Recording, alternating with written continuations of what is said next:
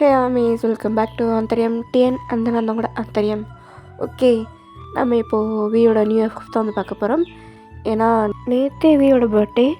நேற்று வாய்ஸ் இதை விட கொஞ்சம் கேவலமாக இருந்துச்சா, அதனால தான் நான் நேற்று ரெக்கார்ட் பண்ணல.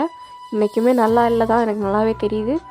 பட் ஸ்டில் இப்போ கொஞ்சம் ஓகே, அதனால தான் ரெக்கார்ட் பண்ணலான்னு பண்ணுறேன். ஏன்னா ஒரு வீக்கு மேலே ஆயிடுச்சு நம்ம வீடியோ போட்டேன். ஸோ கொஞ்சம் சளி இருமல் இருந்ததுனால தான் அந்த 1 வீக் நான் வீடியோ போடல. இருக்கிற எல்லா எஃப்எஃப்பும் பார்ப்போம். ஓகே, சிராம் ஷிட்டா ஸ்டோரிக்கு வந்து போயிடலாம். அண்ட் தென் இந்த ஸ்டோரியோட டைட்டில் வந்து மை பிரதர் இன் லா. சிராம் ஷிட்டா ஸ்டோரிக்கு வந்து போயிடலாம். ஒரு சின்ன இன்ட்ரோ.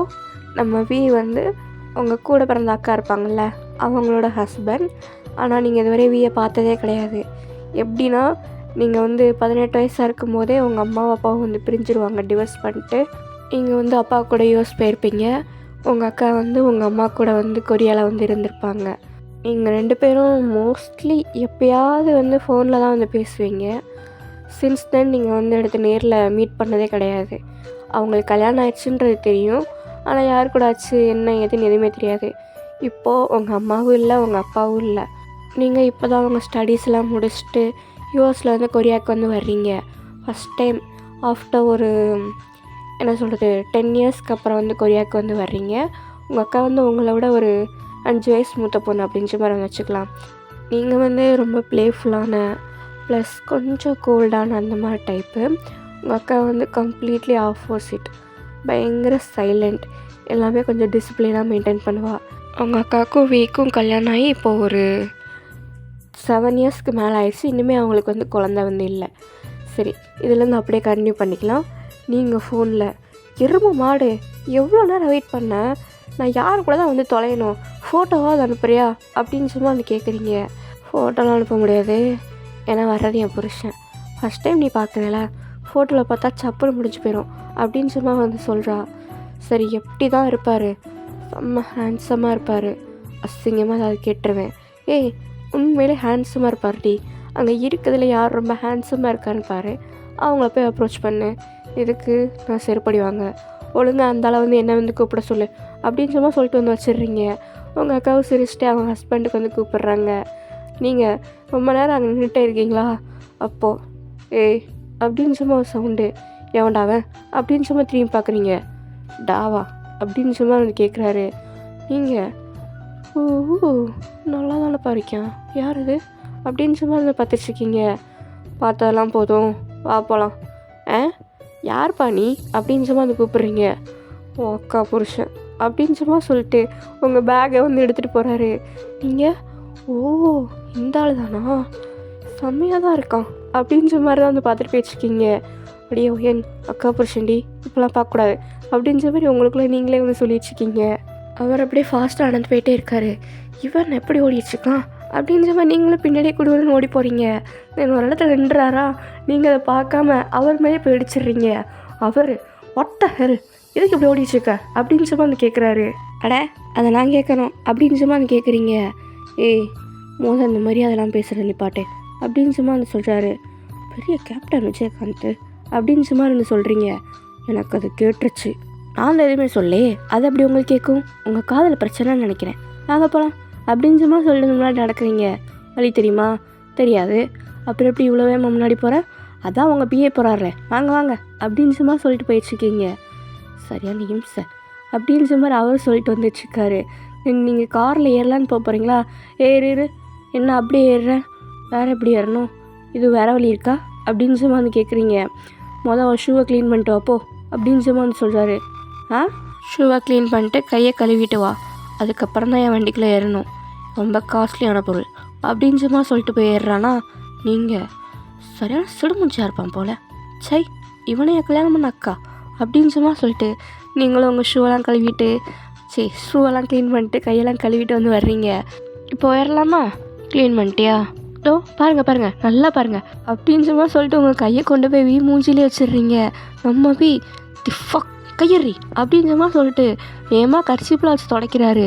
நீங்கள் பெரிய இவன் அப்படின்னு சும்மா நினச்சிக்கிட்டேவும் காரில் வந்து ஏறிக்கிறீங்க. சை அன்னோய் அப்படின்னு சும்மா சொல்லிட்டு உட்கார்றான். நீங்களும் நம்ம வீயை மறைச்சி பார்த்துட்டு திரும்பிக்கிறீங்க. தென் வீடு வரையும் கார் அமைதியாக போகுது. நீங்கள் எப்பா ஏதாவது பாட்டையாவது தட்டுப்பா அப்படின்னு சும்மா டிரைவர்கிட்ட சொல்கிறீங்களா? மேம் சார் திட்டுவார் அப்படின்ற மாதிரி அவர் வீயை பார்க்குறாரு. பாட்டு இல்லாமலால் வர முடியாதா? உன் ஃபோன் இருக்குல்ல, ஹெட்செட் இருக்குல்ல, போட்டு கேளு அப்படின்ற மாதிரி சொல்கிறான். இவன் என்ன இப்படி சை அப்படின்ற மாதிரி நீங்களும் உங்கள் ஃபோனில் ஹெட்செட்டை போட்டு உட்காந்துக்கிறீங்க. உங்களுக்கு ஜீரணிக்கவே முடியல. இவனையோட கல்யாணம் பண்ணா அப்படின்ற மாதிரி தான் இருக்குது உங்களுக்கு. தென் வீயோட வீட்டுக்கும் வந்து போகிறீங்க. வாவ் அப்படின்ற மாதிரி வாயை பழந்தாச்சு. ரொம்ப பழக்காத அப்படின்ற மாதிரி சொல்கிறாரு. உங்கள் வேலையை மட்டும் பாருங்கள் சார், என்னை கடுப்பேற்றிட்டே இருக்கீங்க அப்படின்ற மாதிரி சொல்கிறீங்க. நம்ம வீயும் அந்த பக்கமாக திரும்பிக்கிறான். சை என்ன மனுஷன் அப்படின்ற மாதிரி தான் நீங்கள் வந்து ரியாக்ஷன் கொடுத்துட்ருக்கீங்க. உங்கள் அக்கா வாசல்லே வந்துருக்கா. உங்களுக்கு வந்து லைட்டாக அடையாளம் தெரியுது, நிறையா சேஞ்ச் ஆகிட்டாங்க. நீங்கள் உங்கள் அக்காவை பார்த்தோன்னே உங்கள் கண்ணிலேருந்து டேஸ்லாம் வருது. அவங்க அக்கா பேர் வந்து ஜெர்லின். ஏன்னா ஒருத்தவங்க நீங்கள் எஃப்எஃப் போடும்போது என்னோடய நேமை இன்க்ளூட் பண்ணுங்க அப்படின்ற மாதிரி சொல்லியிருந்தாங்க. உங்கள் அக்கா பேர் வந்து ஜெர்லின். நீங்கள் ஹே ஜெர்லின் அப்படின்ற மாதிரி வேகமாக போய் நம்ம ஜெர்லினை வந்து ஹக் பண்ணிக்கிறீங்க. நம்ம ஜெர்லின்னு உங்களை நல்லாவே வந்து ஹக் பண்ணிக்கிறாங்க. எப்படி இருக்க அப்படின்ற மாதிரி கேட்குறாங்க. நீங்கள் நான் நல்லா இருக்கேன், நீ எப்படி இருக்க அப்படின்ற மாதிரி வந்து கேட்குறீங்க. ஐம் ஃபைன் அப்படின்ற மாதிரி சொல்லிட்டு 2 பேருமே டிஆர்இ ஐஸோட தான் ஹக் பண்ணி வச்சுக்கிங்க.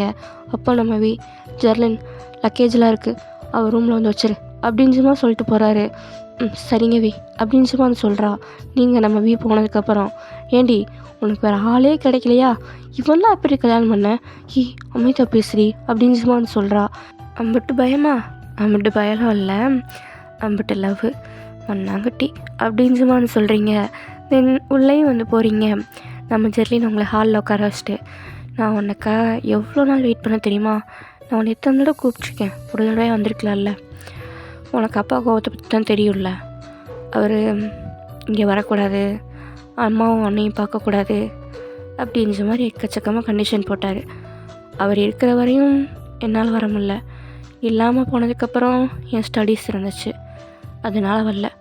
சரி, என்ன லைஃப்பெல்லாம் எப்படி போகுது? நல்லா தான் போகுது. இப்போ தான் ஸ்டடீஸ் முடித்தேன், இதுக்கப்புறம் தான் இங்கே வேலை தேடலான்னு இருக்கேன் அப்படின்ற மாதிரி சொல்கிறீங்க. என்ன படிச்சிருக்க? ஆர்கிடெக்சர். ஓ, என் வீட்டுக்காரோட கம்பெனியில் ஜாயின் பண்ணிக்கிறியா? அவர் தான் கொரியாவோட நம்பர் 1 பிஸ்னஸ்மேன் கிம் தயாங், கிம் குரூப் ஆஃப் இண்டஸ்ட்ரியோட சிஇஓ அப்படின்ற மாதிரி வந்து சொல்கிறா. நீங்கள் அவன் பெரிய சமூகம்னு வீடை பார்த்தப்பே கணிச்சேன், கரெக்டாக தான் இருக்குது அப்படின்ற மாதிரி சொல்கிறீங்க. நான் அவனை ரெக்கமெண்ட் பண்ணவா அப்படின்ற மாதிரி கேட்குறா. நீங்கள் ஆணியே பிடுங்க வேணாம், உன் வீட்டுக்கார மாதிரி சிடு முடிஞ்சிக்கிட்டலாம் என்னால் வேலை பார்க்க முடியாது, நான் வேறு எங்கேயாவது பார்த்துக்கிறேன் அப்படின்ற மாதிரி சொல்கிறீங்க. அவள் சிரிக்கிறா. உன் வீட்டுக்காரனை நான் கழுவி ஊற்றிச்சிருக்கேன், என்ன சிரிக்கிற? நீ மட்டும் இல்லை, அவரை பார்க்குற எல்லாருமே அப்படி தான் பண்ணுவாங்க, இப்படி இருந்தால் அப்படி தான் பண்ணுவாங்க அப்படின்ற மாதிரி சொல்கிறீங்க.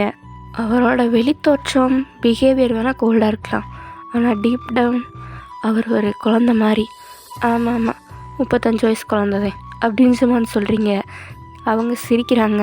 தென் வா, உனக்கு ஒரு ரூமை காய்ச்சேன், எல்லாமே ரெடி, அதுவும் கிம் தயாங்கே ரெடி பண்ணார். அவர் எதுக்கு ரெடி பண்ணார்? என்னதான் இருந்தாலும் நீ அவரோட மச்சிருச்சில்ல, அதுதான் வா அப்படின்ற மாதிரி சொல்லிட்டு உங்களை வந்து ஒரு ரூமுக்கு வந்து கூப்பிட்டு போகிறா. நீங்கள் செம்மையாக இருக்குது அப்படின்ற மாதிரி சொல்கிறீங்க. இதுக்கே வா வாட்ரோப் பார் அப்படின்ற மாதிரி வந்து கூப்பிட்டு போகிறா. அதுவே தனி ரூம் மாதிரி இருக்குது, எதுக்குடி இவ்வளோ ட்ரெஸ்ஸு அப்படின்ற மாதிரி வந்து கேட்குறீங்க.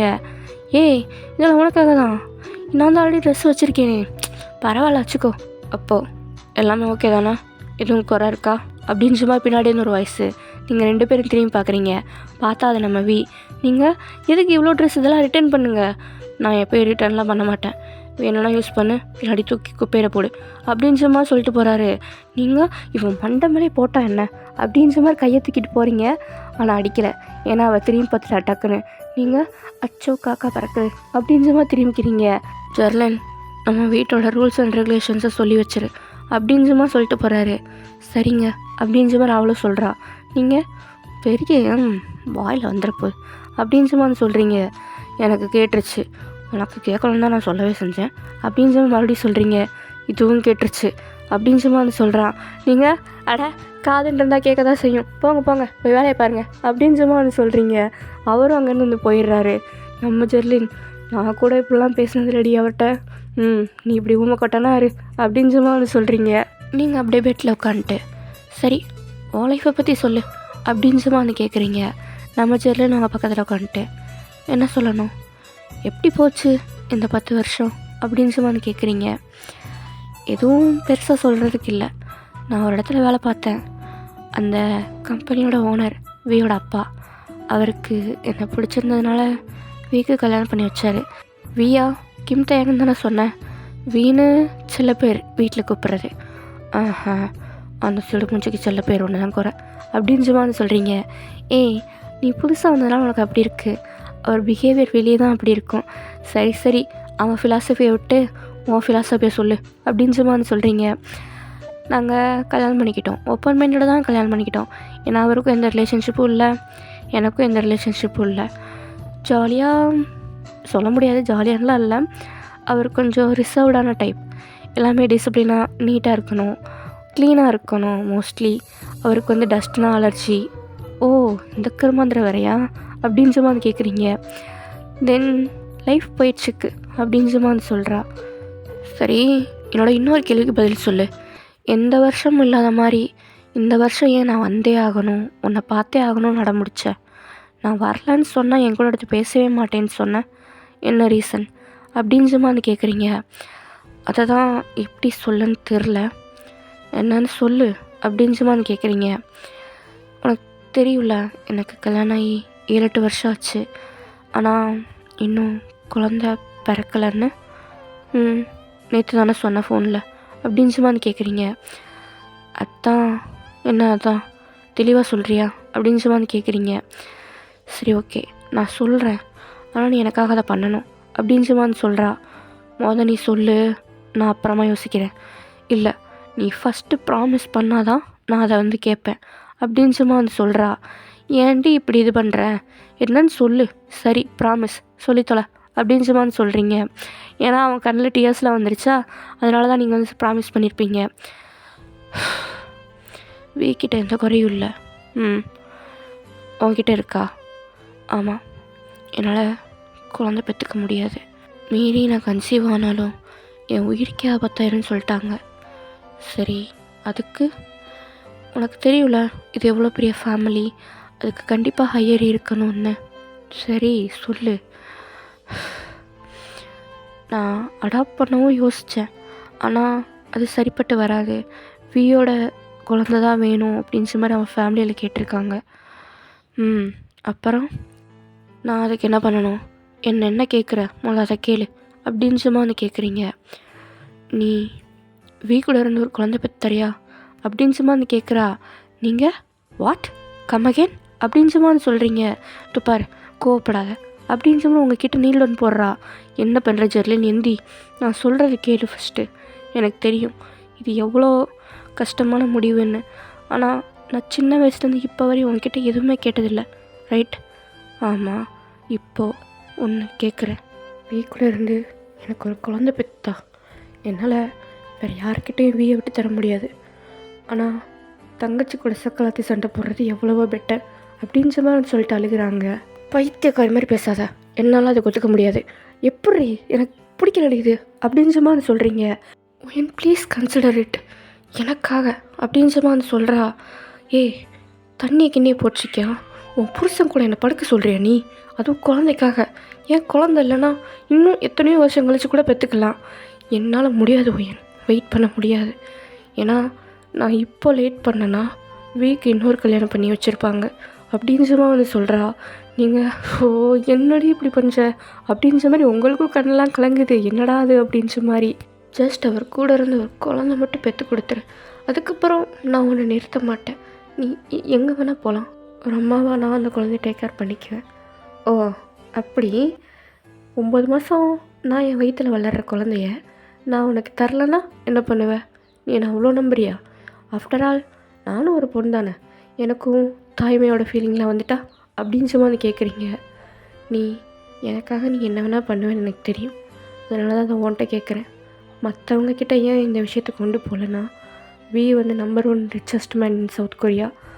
அவரை வளைச்சி போடுறதுக்காக யார் வேணால் என்ன வேணால் பண்ணலாம். நான் அந்தளவுக்கு கிளவர் இல்லை மற்றவங்கள எதிர்கொள்கிற அளவுக்கு. அதனால தான் உன்கிட்ட வந்திருக்கேன் அப்படின்னு சொல்கிறா. நீங்கள் என்னால் அதை ஒத்துக்க முடியாது ப்ளீஸ் அப்படின்ற மாதிரி உங்கள் காலிலே விழுந்துடுறா. நீங்கள் ஜெர்லின் என்ன பண்ணுற எந்திரிச்சு தொலை அப்படின்ற மாதிரி சொல்கிறீங்க. நீ ஓகே சொல்லு, நான் எந்திக்கிறேன். நான் வந்துட்டு எதுவுமே கேட்கல ஒயன், ஜஸ்ட் எனக்காக ஒரு குழந்தை பெற்று தான் கேட்குறேன். ப்ளீஸ் எனக்காக இதை பண்ண மாட்டியா அப்படின்றமா வந்து கேட்டு அழுகிறா. நீங்கள் ஆண்டவரே அப்படின்றமா வந்து தலையில் கை வச்சுட்டு உட்காந்துடுறீங்க. ஏன்னா உங்களுக்கு இப்போ என்ன பண்ணணும் என்ன ஏதுன்னு எதுவுமே தெரில. உன் புருஷன் என்ன சொன்னான், அவனுக்கு இந்த விஷயம் தெரியுமா அப்படின்றமா வந்து கேட்குறீங்க. நம்ம ஜெர்லின் டியர்ஸ்லாம் வைப் பண்ணிட்டு அவங்க பக்கத்தில் வந்து உட்காடுறாங்க. தெரியுமா தெரியாதா அப்படின்றமா வந்து கேட்குறீங்க. அவருக்கு தெரியும். அவர் சம்மதத்தோடு தான் இதை நான் உன்கிட்ட கேட்குறேன். என்னது, அவன் இதுக்கு சம்மதம் வேறு சொன்னானா அப்படின்றமா வந்து கேட்குறீங்க. கத்தாத. அவர் இதுக்கு ஒத்துக்கலை. நான் தான் அவரை பிளாக்மெயில் பண்ணி காம்ப்ரமைஸ் பண்ணி ஒத்துக்க வச்சேன். அப்போ கூட அவர் என்ன சொன்னார் தெரியுமா, உனக்கு ஓகேனா அவர் இந்த விஷயத்த பண்ணுறேன், இல்லைனா பண்ண மாட்டேன்ற மாதிரி சொல்லிட்டாரு அப்படின்றமா வந்து சொல்கிறான். நீங்கள் என்ன தைரியம் அப்படின்ற மாதிரி தான் வந்து யோசிச்சுட்ருக்கீங்க. உங்களுக்கு டியர்ஸ்லாம் வருது. ப்ளீஸ் ஒயன் எனக்காக. ஜெர்லின் என்ன ஜெர்லின் இப்படி பண்ணுற, நான் இதுக்காக தான் இங்கே வராமே இருந்தேன். ஏதாவது தப்பாயிடும்னு எனக்கு தோணிகிட்டே இருந்துச்சு, அதே மாதிரி ஆயிடுச்சு அப்படின்ற மாதிரி சொல்கிறீங்க. பாரு, இப்போ என் லைஃப்புமே உன் கையில் தான் இருக்குது. ப்ளீஸ் ஓகே சொல்லு அப்படின்ற மாதிரி சொல்கிறா. என்ன பிளாக்மெயில் பண்ணுறியா? நான் ரெக்வஸ்ட் பண்ணுறேன், பிளாக்மெயில் பண்ணல. உனக்கு தெரியும்ல நான் வீடு எவ்வளோ லவ் பண்ணுறேன்னு. ஏன் நீங்கள் ஒன்றாவே இருந்தது இல்லையா? இருந்திருக்கோம் ஒன்றா. ஆனால் என்ன, நீ நினைக்கிற மாதிரி நாங்கள் லவ்லி டவ்லி கப்பல்லாம் கிடையாது. நாங்கள் குழந்தை வேணும்னு நினச்சோம், ஒன்றா இருந்தோம். அடுத்து செக் பண்ணோம், என்னால் முடியாதுன்னு சொல்லிட்டாங்க. என் உயிருக்கு ஆபத்துன்னு சொன்னதுனால வீயும் ட்ரை பண்ணுறதை விட்டுட்டார். அவர் இதுவரையும் குழந்தை வேணும் அந்த மாதிரி எதுவும் சொன்னதில்லை தான். ஆனால் அவருக்கு குழந்தைங்கன்னா அவ்வளோ பிடிக்கும். அதுவும் இல்லாமல் ஃபேமிலி ப்ரெஷர் வேறு இருக்குது இப்போ அப்படின்றமா வந்து சொல்கிறா. நீங்கள் என்னால் இதை ஏற்றுக்கவே முடியாது அப்படின்ற மாதிரி வந்து சொல்கிறீங்க. ப்ளீஸ் ஒயன் எனக்காக ஒரே ஒரு ஹெல்ப் மட்டும். நான் இதுவரையும் உன்கிட்ட எதுவுமே கேட்டதில்லை, சும்மா அதே சொல்லாத ப்ளீஸ் ஒயன் அப்படின்ற மாதிரி உங்களை ஹக் பண்ணிட்டு அழுகிறா. நீங்களும் அழுக தான் செய்கிறீங்க. தென் கொஞ்ச நேரம் கழிச்சு சரி ஓகே அப்படின்ற மாதிரி சொல்கிறீங்க. நிஜமாவா அப்படின்ற மாதிரி கேட்குறா. நிஜமாக தான். சரி இதை எப்போயே நான் போய் வீக்கிட்டேன். ரொம்ப சந்தோஷப்படாத. நீ சொன்ன மாதிரிலாம் நான் எதுவும் பண்ண மாட்டேன். உன் புருஷன் கூட படுக்கலாம் மாட்டேன். நிறையா மெடிக்கல் ட்ரீட்மெண்ட் இருக்குது, ஏஐ மூலியமாக இது பண்ணலாம், ஆர்டிஃபிஷியல் இன்செமினேஷன். நான் ஒரு சரகேட் மதராக இருக்கேன் அப்படின்ற மாதிரி சொல்கிறீங்க. ஆனால் இது கரெக்டாக வரும், வர வரை ட்ரை பண்ண வேண்டியதான். நீ சொன்ன மாதிரி என்றைக்குமே பண்ண மாட்டேன் அப்படின்ற மாதிரி சொல்கிறீங்க. சரி ஓகே எனக்கு இதுவே போதும் அப்படின்ற மாதிரி சொல்லிட்டு உங்கள் நெத்தியில் வந்து கிஸ் பண்ணிட்டு அவள் வந்து அங்கே வந்து போகிறா. நீங்கள் வந்த உடனேவா இப்படி ஒரு குண்டு அப்படின்ற மாதிரி அந்த பெட்டிலே வந்து விழுந்துடுறீங்க. நம்ம ஜெர்லின் அப்படியே வேகமாக வீரமுக்கு வந்து போகிறாங்களா. கதவை தட்டிட்டு வர மாட்டியா அப்படின்ற மாதிரி வந்து கேட்குறாரு. சாரி ஒரு இதில் மறந்துட்டேன். சரி உள்ளவா, என்ன விஷயம் அப்படின்ற மாதிரி வந்து கேட்குறாரு. ஒயன் ஓகே சொல்லிட்டா அப்படின்ற மாதிரி வந்து சொல்கிறாரா. நம்ம வீந்து தண்ணி குடிச்சிட்டு இருந்தப்பான் அப்படியே புறையேறிடுது. அதான் நம்ம பேபி பிளானுக்கு ஓகே சொல்லிட்டா அப்படின்றமா வந்து சொல்கிறா. இவர் என்னது ஓகே சொல்லிட்டாளா அப்படின்றமா வந்து கேட்குறாரு. ஆமாம் நான் தான் சொன்னேன்ல என் தங்கச்சி எனக்காக ஒத்துக்குவான்னு அப்படின்றமா வந்து சொல்கிறா. நம்மவே இவன் ஒத்துக்க மாட்டான், நம்ம ஓகே சொன்னால் இவன் தான் பொசுக்குன்னு ஓகேன்ட்டா அப்படின்ற மாதிரி தான் வந்து உங்களை பார்த்து நினச்சிட்ருக்காரு. பணக்காரனை வளைச்சி போட்டலாம் நினைப்பா போல் அப்படின்ற மாதிரி நினச்சிட்டு உங்கள் மேலே கோபமும் வந்து படுறாரு. ஆனால் என்ன, அவன் மெடிக்கல் மூலியமாக குழந்தை பெற்றாரேன்னு இருக்கா, லைக் சரகேட் மதர். ஆமாம் அந்த மாதிரி. நாளைக்கு செக்கப் போகலாம் அப்படின்ற மாதிரி அவனும் ஒரு மாதிரி கடுப்பாக சொல்லிட்டு தான் போகிறான். அவனுக்குமே இந்த இதில் வந்து விருப்பம் இல்லை தான். அவங்க அக்காவோட ஃபோர்ஸ்னால தான் அவங்க வந்து ஓகேவே சொல்லியிருந்திருப்பாங்க. இப்போ வந்து time skip, night time, dinner time. நீங்கள் ஸ்டில் வந்து படுத்த மாதிரி தான் இருக்கீங்க, தூங்கலாம்னா உங்கள் கண்ணிலேருந்து டியர்ஸ் வந்துக்கிட்டே தான் இருக்குது. ஒயன் அப்படின்ற மாதிரி உங்கள் அக்கா சவுண்டு. இப்போ என்ன வேணும், வா சாப்பிட போகலாம், எனக்கு பசிக்கலை, ப்ளீஸ் உன்னோட கோபத்தை சாப்பாடில் காட்டாத அப்படின்றமா வந்து சொல்கிறா. நீ போ நான் வர்றேன் அப்படின்னு சொல்லிட்டு நீங்களும் குளிக்க வந்து போயிடுறீங்க. நம்ம எவ்வளோ நேரம் இன்னும் அப்படின்னு வந்து கேட்குறான். ஏன்னா எல்லாருமே ஒன்றா உட்காந்து சாப்பிட்றது அந்த வீட்டோட வழக்கம். அதனால் அவங்களுக்கு வெயிட் பண்ணுறாங்க. இப்போ தான் குளிக்க போகிறா. வாட், இவ்வளோ நேரம் என்ன பண்ணா குளிக்காமல்? ப்ளீஸ் பொறுமையாக பேசுங்க, அவளுக்கு இந்த ரூல்ஸ் அண்ட் ரெகுலேஷன்ஸ்லாம் தெரியாது அப்படின்னு வந்து சொல்கிறா. ஓ மை காட் அப்படின்னு மாதிரி வந்து உட்காந்துருக்காரு. நீங்கள் குளித்து ஃப்ரெஷ் ஆகிட்டு ஒரு 1/2 hour கழித்து தான் கீழே வந்து வர்றீங்க. இப்போ டிஸ்பிளே ஆகல, அந்த மாதிரி தான் இருக்குது உங்களோட அவுட்ஃபிட். நம்ம வந்து மூஞ்ச திருப்பி நான் அதை பார்த்தோன்னே, ஏன்னா யாருமே இந்த மாதிரி போடுறதுக்கு வந்து அலவுட் இல்லை. Like off shoulders, crop tops அந்த மாதிரி. நம்ம உங்ககிட்ட இப்படி தான் ட்ரெஸ் பண்ணுவியா அப்படின்னு வந்து கேட்குறாரு. நீங்கள் என் ட்ரெஸ்ஸு நான் எப்படி வேணால் பண்ணுவேன் அப்படின்னு வந்து சொல்கிறீங்க. இந்த வீட்டில் யாரும் அப்படி பண்ணக்கூடாது, எனக்கு பிடிக்காது. உங்களுக்கு பிடிக்காதுன்னா நீங்கள் அந்த மாதிரி போடாமல் இருங்க, என்னெல்லாம் வந்து கண்ட்ரோல் பண்ணாதீங்க அப்படின்னு சொல்லிட்டு தான் உட்காடுறீங்க. நம்ம திமிருக்குன்னே பண்ணுவாளோ அப்படின்ற மாதிரி தான் நம்ம ஜெர்லியில் பார்த்து முறைக்கிறாங்க. ப்ளீஸ் அப்படின்னு வந்து கண்ணை காட்டுறாங்களா. நம்ம சரி சாப்பாடு வைங்க அப்படின்னு அதை சொல்கிறாரு. எல்லாருக்கும் கொஞ்சம் கொஞ்சமாக சாப்பாடு வைக்கிறாங்க. நீங்கள் என்ன நம்ம தோட்டா இருக்குது, எனக்கு பத்தாது அப்படின்னு வந்து சொல்கிறீங்க. நம்ம அப்படின்னு அது கேட்குறா. உங்ககிட்ட பேசலைங்க, நான் அங்கே பேசிகிட்ருக்கேன் அப்படின்னு அது சொல்கிறீங்க. உங்களுக்கு வந்து கோவம், இவன் ஓகேன்னு வேறு சொல்லிட்டான்ல அப்படின்ற மாதிரி. அவருக்குமே உங்கள் மேலே கோவம் தான், இவன் எப்பறம் ஓகே சொல்லலாம் அப்படின்ற மாதிரி. ஸோ 2 பேரும் முறைச்சிக்கிட்டே தான் இருக்கீங்க. ஐடியல் ஃபுட், டயட் ஃபுட்லாம் நீ கேட்டது இல்லையா? நான் உங்ககிட்ட ஒப்பீனியனே கேட்கல. அந்த மாதிரி ஃபுட்டெல்லாம் நீங்கள் சாப்பிட்ணுன்னா தாராளமாக சாப்பிட்டுக்கோங்க. என்னெல்லாம் அப்படி இருக்க முடியாது. நான் டயட்டுன்ற வார்த்தை பக்கத்தில் கூட போக மாட்டேன். எனக்கு நிறையா வேணும், நிறையா வைக்கிறீங்களா இல்லையா அப்படின்னு அது கேட்குறீங்க. ஏய் கத்தாத, உனக்கு தான் நான் தனியாக செஞ்சு வச்சுருக்கேன்ல அப்படின்ற மாதிரி உங்கள் அக்கா சொல்கிறா. அப்போ உங்கள் அக்காவும் உங்களுக்கு வந்து வச்சிட்ருக்காங்க. நம்ம பார்க்குறான். வாயா வேறனம்மா அப்படின்ற மாதிரி வந்து பார்த்துட்ருக்கான். நீங்கள் சாப்பிட்டுட்டே இருக்கும்போது ஸ்பூன் வந்து தரையில் வந்துருச்சா, நீங்கள் அதை அப்படியே எடுத்து மறுபடியும் சாப்பிட ஆரம்பிச்சிடுறீங்க. ஐயோ அப்படின்னு வந்து சொல்கிறான்.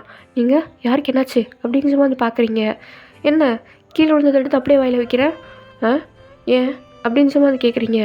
ஜெம்ஸ் ஏறிடுமே அப்படின்னு வந்து சொல்கிறான். நீங்கள் பாஸ் உங்ககிட்ட நான் பேசவே இல்லை, உங்கள் வேலையை மட்டும் பார்க்குறீங்களா அப்படின்னு வந்து சொல்கிறீங்க. அவர் வந்து மறைக்கிறாரு. நீங்களும் அவரை வந்து மறைச்சி பார்த்துட்ருக்கீங்க. இந்த மாதிரி அன்ஹைஜீனிக்காலாம் என் வீட்டில் இருக்கக்கூடாது.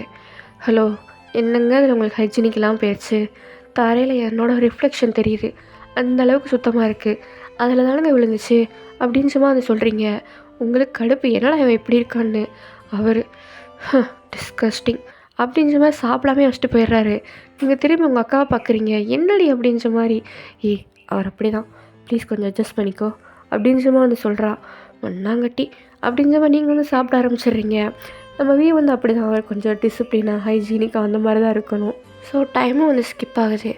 லேட்டர் தட் நைட், மிட் நைட்டில் யாருக்குமே தெரியாமல் வெளியில் ஒரு பாத்ரூம் இருக்கும். அங்கே உங்கள் அக்கா வந்து ரத்தம் வந்து எடுத்து வச்சுருக்காங்க. அதெல்லாம் எடுத்து முடிச்சுட்டு க்ளீன்லாம் பண்ணிவிட்டு யாரும் வர்றாங்களான்னு பார்க்குறாங்க. யாரும் வரல. அப்போது மிரரில் அவங்களோட ரிஃப்ளெக்ஷனை பார்த்து, என்னால் இதுதான் உங்களுக்கு செய்ய முடியும், நான் இங்கேருந்து போகிறதுக்குள்ளே உங்களுக்கு ஒரு நல்ல வாழ்க்கையை, நல்ல ஒய்ஃப் அமைச்சு கொடுத்துடணும்னு நினைக்கிறேன். அதனால தான் இவ்வளோ முயற்சி பண்ணுறேன், எல்லாமே நல்லபடியாக முடியணும் அப்படின்னு வந்து சொல்லிட்டு அழுகிறாங்க. ஓகே எல்லாருமே, இந்த எபிசோட எங்கேயே ஸ்டாப் பண்ணலாம். நெக்ஸ்ட் எபிசோட பார்க்கலாம். பாய்.